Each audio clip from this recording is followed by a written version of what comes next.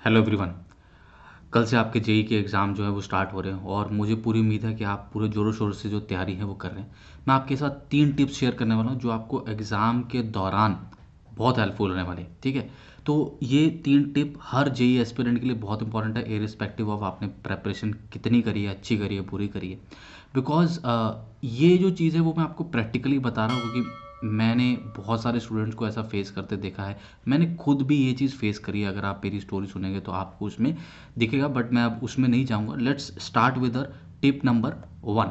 पहली टिप जो है हमारी वो ये है कि हम कई बार पेपर देखते ही खुद को डिमोटिवेट कर लेते हैं, तो वो एक नेगेटिव इम्पैक्ट करता है। कई बार क्या होता है, जो शुरू के क्वेश्चंस हैं हमारे वो थोड़े मुश्किल रहेंगे। कई बार हो जाता है कि हम अपने ईजियर सब्जेक्ट से स्टार्ट किए, हम अपने स्ट्रॉन्ग सब्जेक्ट से स्टार्ट किए, और जो हमारी स्क्रीन पे पहला दूसरा तीसरा क्वेश्चन हमें दिखाई दे रहा है वो हमसे नहीं सॉल्व हो पा रहा क्योंकि वो लेट्स से एक मुश्किल क्वेश्चन है, वो डिफिकल्ट क्वेश्चन है ना। क्योंकि अब सबको 25 के 25 क्वेश्चन, 30 में से 25 क्वेश्चन बना पाए ऐसा तो जरूरी नहीं है ना। तो कुछ क्वेश्चन कई बार डिफिकल्ट भी होते हैं, तो कई चैप्टर्स हमारे एक पर्टिकुलर सब्जेक्ट में वीक होते हैं, तो उस समय खुद को डीमोटिवेट मत करिए। ये मत सोचिए कि पूरा पेपर ही आपका गया। Don't think on that lines. Just try to bounce back, try to find some questions which you can solve. और जैसे जैसे एक एक क्वेश्चन आप करते हैं तो कीप बूस्टिंग योर सेल्फ कि ये क्वेश्चन हो गया, 4 नंबर बढ़ गए। मैंने बहुत एस्पिरेंट्स को पीछे छोड़ दिया है। आई एम मूविंग अहेड,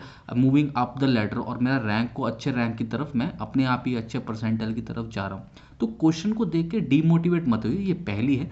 दूसरी है, जो अपने टारगेट्स हैं उनको सॉफ्ट रखिए। टारगेट क्या होता है, जैसे आप घर पे बना के चलते हैं, मैंने 150 लाना ही लाना है, मैंने 120 लाने ही लाने हैं, मैंने 180 लाने ही लाने हैं, है ना। तो ये क्या है, टारगेट रखना अच्छी बात है, लेकिन सॉफ्ट रखना इसलिए मैं बोल रहा हूँ क्योंकि कई बार क्या होता है, हम घर से मन बना के जाते हैं कि मेरे पिछले 5 मॉक टेस्ट में 180 नंबर आए तो इस बार भी मेरे 180 आ जाएंगे, है ना।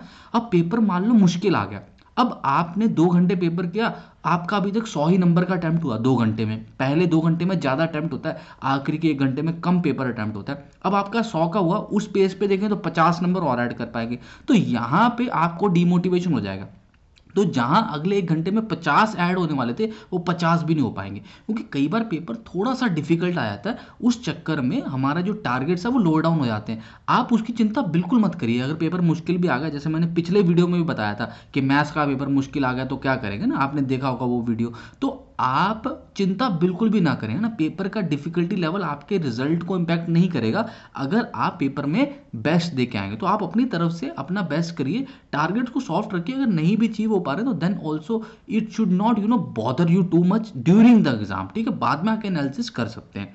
तीसरा जो है वो है आखिरी मिनट तक फाइट करते रहना। कई बार क्या होता है, आखिरी के 15 मिनट बचते हैं या आखिरी के 5 मिनट बचते हैं, आखिरी के 10 मिनट बचते हैं, हम हिम्मत हार जाते हैं। अरे यार, मेरा तो केवल 120 नंबर का अटेम्प्ट हुआ, मेरा टारगेट 180 का था, गया मेरा यार इस बार, मैं अब अप्रैल में ही करूंगा। या 1 घंटे बाद हमारा 100 नंबर का वही अटेम्प्ट हुआ, 2 घंटे बाद 100 नंबर का अटेम्प्ट हुआ, और हम सोचते हैं कि यार अब तो इस बार तो अच्छे नंबर नहीं आ पाएंगे, छोड़ देता हूँ, अप्रैल में ही फोकस करूंगा। ये 3 घंटे बीच में नहीं छोड़ना है। जब तक वहां पे टाइमर 00 मिनट का नहीं हो जाता तब तक हम उसको नहीं छोड़ने वाले हैं।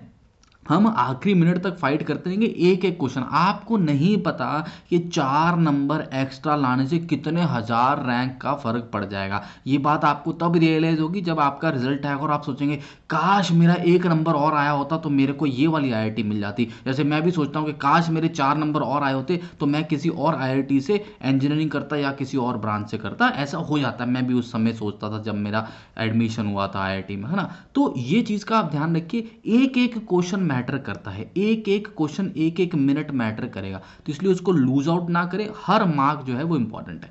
ये 3 टिप्स आप ड्यूरिंग द पेपर जरूर फॉलो करिएगा। मन बना लीजिए, मेंटली अभी प्रिपेयर हो जाइए कि मेरे को ये तीनों चीजें डेफिनेटली करनी ही करनी है, तो डेफिनेटली आप बहुत अच्छा आउटपुट एक पेपर में निकाल पाएंगे, ठीक है। I wish you all the very best. मैं उम्मीद करता हूं कि आप बहुत बढ़िया रिजल्ट जो है वो लेके आए, ठीक है। अब बात कर लेते हैं उन बच्चों के लिए जो हमारे 2024 के एस्पिरेंट हैं, या जो बच्चे अभी 2023 के हैं, आगे अन अकेडमी पे आने वाले हैं। तो आपको पता ही है मैं अनअकैडमी में पढ़ाता हूँ, तो 20% ऑफ का ऑफ़र है, मैं आपके साथ शेयर कर रहा हूँ। अगर आप सब्सक्रिप्शन लेने वाले हैं तो आपको ये एक इस समय ऑफ़र जो है चल रहा है 28 जनवरी तक है, तो 20% आपको डायरेक्टली ऑफ मिल रहा है, फ्लैट ऑफ मिल रहा है आपके प्राइजेस पे।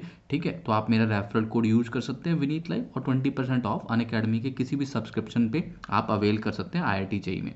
उसके अलावा टेस्ट सीरीज़ है वहाँ पे, फ्री टेस्ट सीरीज़ है अनअकैडमी पे, तो आप वो फ्री टेस्ट सीरीज़ दे सकते हैं। ऑल इंडिया मॉक टेस्ट है, रैंक प्रेडिक्टर है, उसमें स्कॉलरशिप भी दी जाती हैं, तो आप उसका भी इस्तेमाल कर सकते हैं।